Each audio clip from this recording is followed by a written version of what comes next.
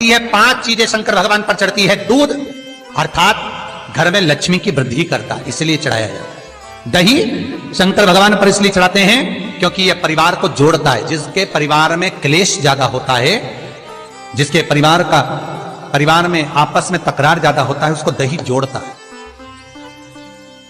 शहद घर में चिड़चिड़ प्रवृत्ति को समाप्त करता है। घी रोग को समाप्त करता है।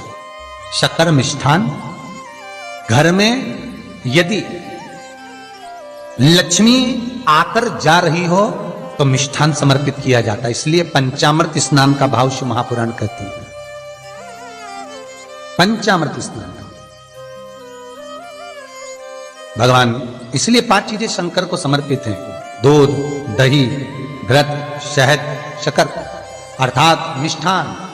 शक्कर से मूलतः यहां शिव महापुराण में शक्कर नहीं लिखी है, मिष्ठान। अब लोग शक्कर पीस कर अभिषेक करते हैं, परंतु मिष्ठान अर्थात गाय के दूध से निर्मित कोई मिठाई, और उस मिठाई से भगवान शंकर का अभिषेक। अब लोग भले शक्कर रखने लगे शंकर जी के अभिषेक में, पर यहां शक्कर नहीं लिखा है, यहां मिष्ठान।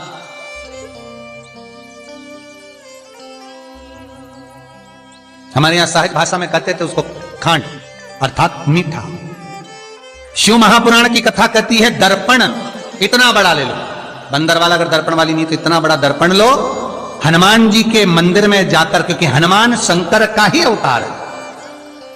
हनुमान जी के मंदिर में जाकर हनुमान जी के उल्टे पांव का थोड़ा सा सिंदूर, चरण का थोड़ा सा सिंदूर एक कागज में लेकर आ जाइए। और हनुमान जी के छोटे भाई, हनुमान जी 6 भाई हैं, उसमें गतिमान, हनुमान जी के छोटे भाई गतिमान का नाम लो, और गतिमान का नाम लेकर उस दर्पण पर सिंदूर से त्रिशूल बना दो। सिंदूर से त्रिशूल बनाकर उस दर्पण को घर के बाहर, दर्पण का मुख बाहर की ओर, ऐसे बाहर की ओर मुख कर दर्पण को घर के बाहर या दरवाजे पर, बिल्डिंग पर, ऊपर जाली में, फ्रंट में कहीं पर भी उसको लगा दीजिए। महाराज केवल शंकर का स्मरण कर गतिमान का नाम लेकर हनुमान के उल्टे पांव का सिंदूर का त्रिशूल बनाकर जो दर्पण को लगा देता है, आपको 1 महीने के अंदर अंतर मालूम पड़ जाएगा कि पिछले जो महीने निकले हैं उस महीने का अंदाजा लगाना कि घर में लोग कितने बीमार पड़ते थे, और इस दर्पण को लगाने के बाद बीमारी कम हुई कि नहीं हो कम तो ठंडा कर देना, क्या जा रहा है, पर करके जरूर देखना। विश्वास रखकर करोगे, भगवान शिव का अनुमोदन कर भगवान शंकर पर विश्वास रखकर करोगे तो बीमारी घेर नहीं सकती। अकाल मृत्यु हो मरे जो काम करे चंडाल का, काल उसका क्या बिगाड़े जो भक्त हो महाकाल का। शंकर की आराधना करने वाला, शिव का स्मरण करने वाला, शिव का निवेदन करने वाला, शिव अर्चना में डूबने वाला, शिव का अनुमोदन करने वाला कभी दुखी नहीं हो सकता। तो शिव महापुराण की कथा कहती है शंकर को जितना जल प्रिय नहीं, शंकर को जितना बेल प्रिय नहीं, शंकर को जितना शमी प्रिय नहीं, शंकर को जितना दूध दही प्रिय नहीं, शंकर को अगर कुछ प्रिय है तो सत्य प्रिय है। सत्यम शिवम सुंदर। इसीलिए हमारे यहां शास्त्र कहता है, ब्रह्मा जी केतकी के फूल को लेकर आए, उसने झूठ बोला। ब्रह्मा जी गाय को लेकर आए, शंकर भगवान के सम्मुख में झूठ बोला। ब्रह्मा स्वयं झूठ बोले तो सिर कटा, कर्मनाशा नदी प्रकट हुई। और शिव महापुराण की कथा कहती है शंकर को सत्य प्रिय है अगर झूठ बोला है। इसीलिए शिव महापुराण का स्पष्टीकरण किया जाए, वर्णन किया जाए, तो पहले के समय में अदालत नहीं होती थी, पहले के समय में पंचायत नहीं हो सकती थी, पहले के समय में कोई सभाएं नहीं होती थी, पहले के समय में कोई निर्णायक मंडल नहीं होता था, पहले के समय में केवल एक निर्णय होता था। गांव के लोग ले जाकर शंकर के मंदिर में खड़ा कर देते थे और कहते थे उठा गंगा जली, और कहते तूने ऐसा नहीं किया। गंगा जली उठाकर कह दे कि तूने ऐसा नहीं करा। क्यों गंगा जली उठवाते थे? क्योंकि लोगों ने शिव महापुराण सुन रखी थी। शिव महापुराण में श्री वेद व्यास जी वर्णन करते हैं कि शंकर के मंदिर में, शंकर के ओटले पर, शंकर के मंदिर के अंदर, शिव की चौखट पर, शंकर के अनुमोदन में, शिव महापुराण के अंतर्गत शंकर के अनुमोदन में, शिव मंदिर में, शिव चौखट पर अगर कोई भूल से भी झूठ बोल देता है तो उसकी जिंदगी नरक जैसी निकलती है महाराज। इसीलिए कहते तो उठा गंगा जली और कहते तूने ऐसा नहीं। बोल दे। आपके भी जीवन में अगर किसी को कष्ट है, फिर निवेदन करूंगा, मंदिर में अगरबत्ती भले मत लगाओ, मंदिर में दीप भले मत जलाओ, मंदिर में पेड़ा भले मत चढ़ाओ। अगर आपके मोहल्ले में, आपके पड़ोस में, आपके परिवार में, आपके नजदीक में अगर कोई दुखी है, कष्ट में है, उसको यदि प्रेम की वाणी भी बोल ली है, एक रोटी भी प्रेम की खिला दी, किसी के चेहरे पर इस्माइल ला दी, तो मंदिर में दिया जलाने के बराबर है साहब। मंदिर में दीप जलाने के लिए बेलपत्र भगवान माता पार्वती के अश्रु से है, रुद्राक्ष भगवान शंकर के अश्रु से है, दोनों के लिए। जैसे एक मुखी से लेकर 14 मुखी तक रुद्राक्ष होते हैं। आपको पहले भी कथा में कहा, एक मुखी से लेकर 14 मुखी तक रुद्राक्ष होते हैं। सभी रुद्राक्ष का अपना अपना एक मंत्र होता है, अपनी अपनी एक साधना होती है जिसके अनुसार रुद्राक्ष काम करता है। एक मुखी रुद्राक्ष लक्ष्मी की वृद्धि के लिए होता है। कभी मौका मिले तो एक मुखी रुद्राक्ष का दर्शन करना। पर एक मुखी रुद्राक्ष जितना छोटे से छोटा होता है, जितना छोटे से छोटा होता है, उतना सुख दे। एक मुखी रुद्राक्ष लक्ष्मी की वृद्धि के लिए होता है, कार्य सिद्धि के लिए होता है। कोई भिखारी से भिखारी, गरीब बड़े से गरीब बड़ा भी अगर धारण कर ले, उसके घर में एक मुखी रुद्राक्ष अगर प्रवेश कर जाए तो सुख का अनुभव करा देता है, संपदा का अनुभव कराता है, सरस्वती का भाव प्रकट करता है, वैभव का भाव देता है। एक मुखी रुद्राक्ष का मंत्र है ओम ह्रीं नमः। ओम ह्रीं नमः, ये लक्ष्मी के लिए होता है। दो मुखी रुद्राक्ष बांधा को हरता है।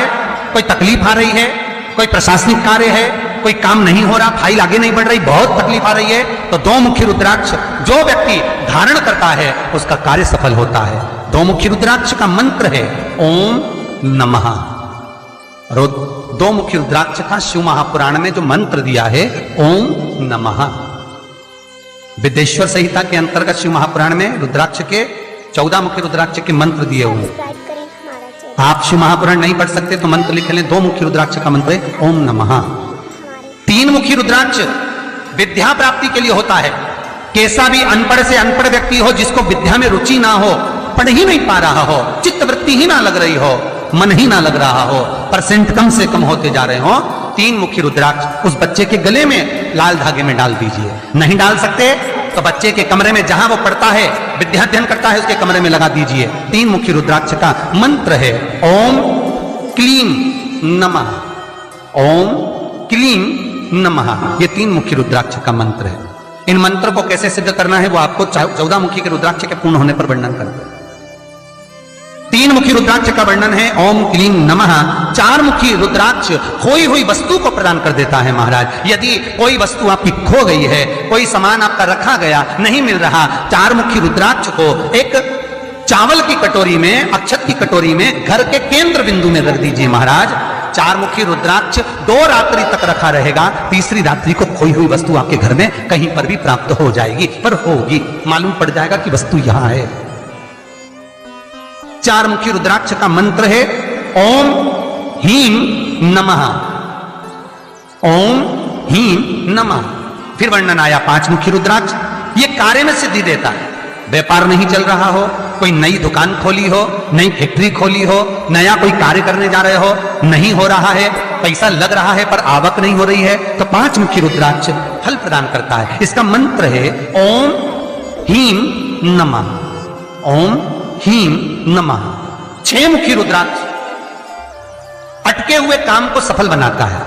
जिसका विवाह नहीं हो रहा हो, शादी नहीं हो रही हो, रिश्ते बहुत आ रहे हो, संबंध नहीं हो रहा हो, तो 6 मुखी रुद्राक्ष स्त्री हो चाहे पुरुष हो, उसके गले में लाल धागे में डाल दिया जाए। 6 मुखी रुद्राक्ष का मंत्र है ओम ह्रीं हूं नमः।